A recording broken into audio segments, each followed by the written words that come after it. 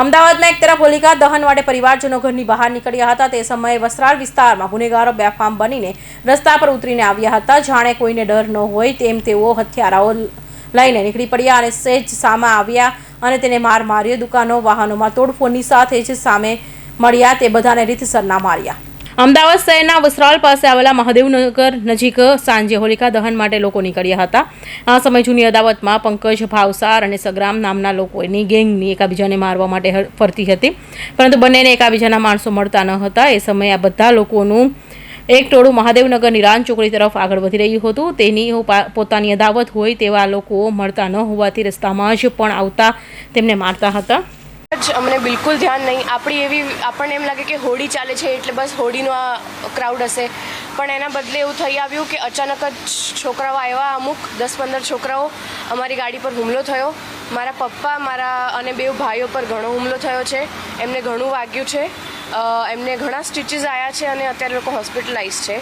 This is not normal. બહુ જ તમે જુઓ તો એ છોકરાઓ આમ ગાંડા જેવા લાગતા હતા સાવ, કે એમને બીજું કાંઈ દેખાતું નહીં, ખાલી જુનૂન ચડ્યું હોય, ખાલી કરવા ખાતર કરતા હોય. વસ્ત્રાલ જેવા એરિયામાં થાય એટલે સ્વાભાવિક રીતે કોઈને પણ ડર પેસી જાય. પોલીસ બહુ કોઓપરેટિવ રહી છે અત્યાર સુધી અમારા માટે. અમને ખાસો સપોર્ટ રહ્યો છે. પોલીસે તરત અમારી FIR દર્જ કરી, અમારા સાથે વ્યવસ્થિત વર્તન કર્યું, અમને સાંભળ્યા, અમને આશ્વાસન આપ્યું કે કંઈક પૂરતું કરશે. Obviously we are waiting for it. તાત્કાલિક તો કંઈ થાય નહીં. મળતી માહિતી મુજબ જૂની અદાવતમાં પંકજ ભાવસર અને સંગ્રામ નામના લોકોની ગેંગ એકાબીજાને મારવા ફરતી હતી. તે દરમિયાન એકાબીજાને ગેંગના લોકોના ના મળતા જે સામે મળ્યા તે બધાને લુખાઓએ માર્યા છે. હાલ આ મામલે પોલીસે 14 લોકોની ધરપકડ કરી છે. આ અંગે પોલીસે જણાવ્યું હતું કે ગુનેગારો પોતાની અંગત અદાવતમાં બહાર આવ્યા હતા, પરંતુ તેમને સામાન્ય લોકોને નુકસાન કરવાનું શરૂ કર્યું. તેમાં 2 લોકો ગંભીર ઇજાગ્રસ્ત થતા જીવલેણ હુમલો અંગેની ફરિયાદ દાખલ કરવામાં આવી છે. 20 જણા જેવા આ અસામાજિક તત્વો પોતાના 2 વ્હીલરમાં લઈને આવેલા અને ત્યાં એમને આ ઘટનાને અંજામ આપેલો. મૂળ વસ્તુ હકીકતમાં એવું હતું કે એ જે બંને પંકજ ભાવસાર અને સંગ્રામ બંને વચ્ચે એક જૂની અદાવતના ભાગરૂપે અને જે આ ઇમ્પિરિયલ છે ત્યાં એક પાનના ગલ્લાની અંદર એક પાણીપુરીની લારી છે. એ લારી આગળ આ સંગ્રામની બેઠક હતી અને સંગ્રામની બેઠક આગળ બીજી પાણીપુરીની લારી જે હતા એ પંકજ ભાવસારને દરમિયાન એમને માહિતી મળી હતી કે ભાઈ સંગ્રામ હમણાં તાજેતરમાં જેલમાંથી છૂટ્યો છે, એટલે એના ઉપર હુમલો કરવાની એમની ફિરાક હતી. એટલે બપોરે પણ એ જલપરી સોસાયટીમાં ગયેલા પણ સંગ્રામ મળેલો નહીં. એટલે રાત્રે એની બેઠક આ જે પાન પાર્લર આગળ છે એટલે ત્યાં હશે એમ સમજીને આ સમગ્ર જે ટોળું હતું એ ત્યાં આવેલું અને ત્યાં આવીને એમને સંગ્રામ ત્યાં મળેલો નહીં, પરંતુ રસ્તાની અંદર જે પણ 2 વ્હીલર અને જે રાહદારીઓ હતા એમના ઉપર એમને આ ધોકા અને વરસાદને કરી અને આતંક મચાવેલો હતો. એ બાબતે તાત્કાલિક અમારા PI વિધિન 10 મિનિટ્સમાં ત્યાં પહોંચી ગયેલા હતા, કારણ કે અમે CCTV સર્વેલન્સના એક પ્રોજેક્ટ હેઠળ જોવા ત્યાં નીકળ્યા હતા અને મીનવાઇલ સમાચાર મળતા તાત્કાલિક જ પોલીસ PI પોતે ખુદ ઘટના સ્થળ ઉપર પહોંચી ગયા હતા અને સમગ્ર અમદાવાદની પોલીસ ટીમ પણ ત્યાં પહોંચી ગઈ હતી. અને ત્યારબાદ અમે જે ક્રેટા ગાડીની અંદર જે રાહદારી જતા હતા તેમના ઉપર હુમલો થયો હતો એમની કાયદેસરની અમે ફરિયાદ લીધી અને એમની રાયોટિંગ અને જૂના IPCની 307 મુજબની ફરિયાદ લઈ અને કાયદેસરનો ગુનો પણ દાખલ કરેલો છે. અને ગુનો દાખલ કરીને અત્યાર સુધીમાં ટોટલ 13 આરોપી અને એક જુવેનાઇલ એમ કુલ 14 જણાને અત્યારે રાઉન્ડ અપ કરી અને આગળની કાયદેસરની કાર્યવાહી ચાલુમાં છે. હજુ જેમ કારણ કે જે 8 જે આરોપીઓ છે એને નામજોગ ફરિયાદમાં દર્શાવેલા છે અને અત્યારે જે આરોપીઓ છે એના ઇન્ટ્રોગેશનમાં અન્ય આરોપીઓના નામ ધીમે ધીમે ખુલતા જાય છે. જેમ ખુલતા જાય છે અત્યારે હજુ 5 આરોપીના નામ અમારી સમક્ષ છે કે જે પકડવા ઉપર બાકી છે, એમાં મુખ્ય કલ્પ્રિટ આજે છે પંકજ ભાવસાર, એ પણ બાકી છે. એના માટે પણ જુદી જુદી સર્વેલન્સની ટીમ અને અમારી LCBની ટીમ અને ક્રાઇમની ટીમ તમામ ટીમો આમાં લાગેલી છે. સંગ્રામ જે છે સંગ્રામના ઉપર ઘણા બધા ગુના છે અને પંકજ ઉપર બી થોડા ગુના છે. સંગ્રામના રામોલ પોલીસ સ્ટેશનની અંદર 2 મર્ડરની અંદર એ ગયેલો છે. છેલ્લે એક એના ઉપર 307નો બી ગુનો દાખલ થયો હતો અને એક પ્રોહિબિશનનો ગુનો દાખલ થયો હતો. એ પ્રોહિબિશનમાં જ્યારે નાસ્તો પડતો હતો ત્યારે અમારી ઓઢવ પોલીસે પકડીને એને ક્રાઇમે જે ગુનો દાખલ કર્યો હતો એમાં આપ્યો હતો અને તાજેતરમાંથી જેલમાં છૂટ્યો હતો. આ અગાઉ પણ એના વિરુદ્ધમાં 2 વાર પાસા થઈ છે. છેલ્લા 2024માં પણ આપણે પાસા કરેલી છે. એ જ રીતે જે પંકજ ભાવસાર છે, પંકજ ભાવસારનો લેટેસ્ટ ગુનામાં જુલાઈ 2024ની અંદર એને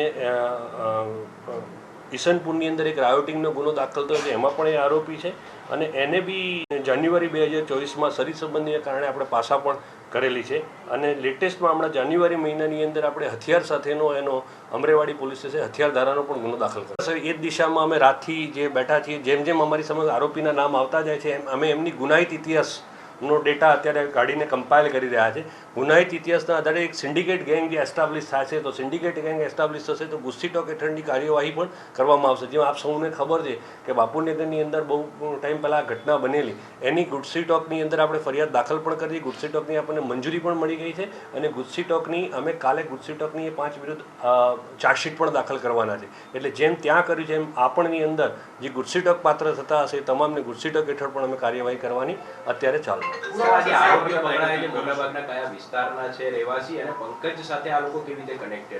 મૂળ પંકજ બી વસ્ત્રાલના છે અને આ બી સંગ્રામ પણ એ રામોલના જ છે.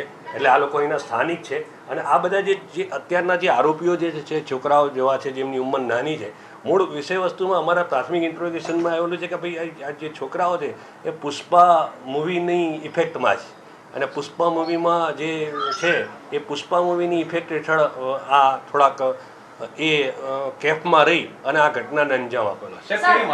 કેવી માનસિકતા હતી? આપણે જે ઇન્ટ્રોગેશન કર્યું પુષ્પા મૂવીને લઈને આપ કહી રહ્યા છો, કેવી માનસિકતા હતી? એ માનસિકતા હતી કે આ એકદમ છોકરાઓ જે છે નાની ઉંમરના છે, બરાબર, અને એ આ જે મૂવીની ને એની અસર હેઠળ આવી અને પોતે આવી રીતે લાઇમલાઇટમાં આવે અને કોઈ બોલાવે તો તરત જતા રહેવાવાળા છોકરા હતા. છતાં એમને હજુ ગુનાહિત ઇતિહાસ અત્યારે અમારા સર્ચમાં ચાલુ છે અને એમની જે પણ ગુનાહિત ઇતિહાસ આવશે એ મુજબ એમના વિરુદ્ધ પણ કાર્યવાહી. સર, પાણીપુરીની લારીની જે વાત છે તો આ લોકો હપ્તા લેતા હતા કે શું હતું? આ જે આખી ગેંગવોર છે એમાં નહીં, હપ્તા લેવાવાળી બાબત આમાં સહેજ પણ નથી. પાણીપુરીની જે લારી છે ઓલરેડી જૂનો ત્યાં પાણીપુરીવાળો હતો જ અને જૂનો પાણીપુરીવાળો જે હતો એના ત્યાં આ સંગ્રામની બેઠક હતી. એટલે ત્યાં નવી પાણીપુરીની લારી આ બાજુમાં પંકજ ભાવસારવાળાને કોઈ કીધું છે કરવા માગતા હશે, એટલે ત્યાં પહેલાંની બેઠક હતી. એટલે એમ કે મારી બેઠકે તમે પાણીપુરીની લારી બીજી શેનો મૂકે, બસ એ જ બાબતથી એમને તાત્કાલિક જે આ ઘટનાનું જે કારણ કહેવાય તો ત્યાંથી શરૂઆત થઈ. સર આ બધા જે છે લબરમુછિયા છે, જે અત્યારની ઉંમર બહુ નાની ઉંમરના છે. એટલે જે પુષ્પા મૂવીની અંદર જસ્ટ તમે કીધું કે એમ તો કે ભાઈ શું જોયું હતું, કયા મૂવી છેલ્લા જોયા હતા, તો એમાં મોટાભાગના જવાબ એવા હતા કે મેં પુષ્પા મૂવી જોયું હતું. એટલે પુષ્પા મૂવીને એ બાબતની અંદરમાં ટીનેજની અંદર, ટીનેજ તો ના કહી શકાય, પુખ્ત વયના છે, પણ પુખ્ત વયની અંદરમાં એમને ફિલ્મની અસર હેઠળ છે. સર, થોડા સમય અગાઉ ગાંઠોડિયા વિસ્તારમાં પણ બનાવ બન્યો હતો સોસાયટીમાં, ત્યારબાદ રામોલમાં પણ કર્યું છે, તો તેને લઈને આપણા દ્વારા એવા કેવા પ્રકારના પગલાં લેવામાં આવશે, એવી કલમો હેઠળ ગુનો દાખલ કરવામાં આવશે કે જેથી કરીને કોઈ ભયના માહોલમાં ના રહી શકે? આપ સૌ જાણો જ છો કે એ રીતે કે આપણે જે અત્યારે વાત કરી ગુસ્સીટોક હેઠળની કાર્યવાહી કરવાની અને આપણે અગાઉ પણ ગુનાહિત ઇતિહાસમાં કીધું કે આ બંને આરોપીઓ વિરુદ્ધ આપણે પાસા પણ કરેલી છે. એટલે કાયદાકીય જેટલા પણ આપણા જોડે ઉપાયો છે તમામ ઉપાયોના જડબે સલાહ કરી મેં આપને આપ બી કીધું કે ભાઈ બાપુનગરની અંદર બી આપણે ગુસ્સીટોકની હેઠળ બધાને ફિટ કરી દીધેલા છે. એટલે ગુનાહિત પ્રવૃત્તિને કંટ્રોલ કરવાને આપને ખ્યાલ બી છે કે સમયાંતરે આપણા ઝોન 5ની અંદર કોમ્બિંગો થતા રહે છે અને કોમ્બિંગો દરમિયાન પણ અમને અંકુશમાં લેવાના આપણા પૂરતા પ્રયત્નો ચાલુ છે. સર, આને ગેંગવોર કહેવાય કે નહીં? એટલે હજુ ગેંગવોરની અંદર એસ્ટાબ્લિશ ગેંગની અંદર અમે અત્યારે વિગતો ચકાસી રહ્યા છે કે ભાઈ આ ગેંગ એસ્ટાબ્લિશ ગેંગ હતી કે એક ક્ષણિકમાં ભેગા થયેલું ટોળું હતું, એ બાબતે અમારી અત્યારે તપાસ ચાલી રહી છે. કેટલી ફરિયાદો હાલ પૂરતી નોંધવામાં આવી છે? એક જ ફરિયાદ અત્યારે હાલ પૂરતી જે છે, જે ક્રેટામાં જે રાહદારી હતા અને જેમને ઈજા પહોંચી છે, ક્રેટાના જે રાહદારી હતા એ આપણા ફરિયાદી છે અને એના હેઠળ આપણે આ ગુનો દાખલ કરીને કાર્યવાહી ચાલુ. લુખાઓ દુકાનોમાં પથ્થર મારવાનો શરૂ કર્યા, જેમાં 2-3 લોકો ગંભીર રીતે ઘાયલ થયા, જેમને તાત્કાલિક સારવાર અર્થે ખસેડવામાં આવ્યા છે. બીજી તરફ પોલીસને જાણ કરવામાં આવી હતી. બાદમાં પોલીસે સમગ્ર મામલે 14 લોકોની ધરપકડ કરી છે. કૌશિક પટેલનો report, Hind TV news, Surat.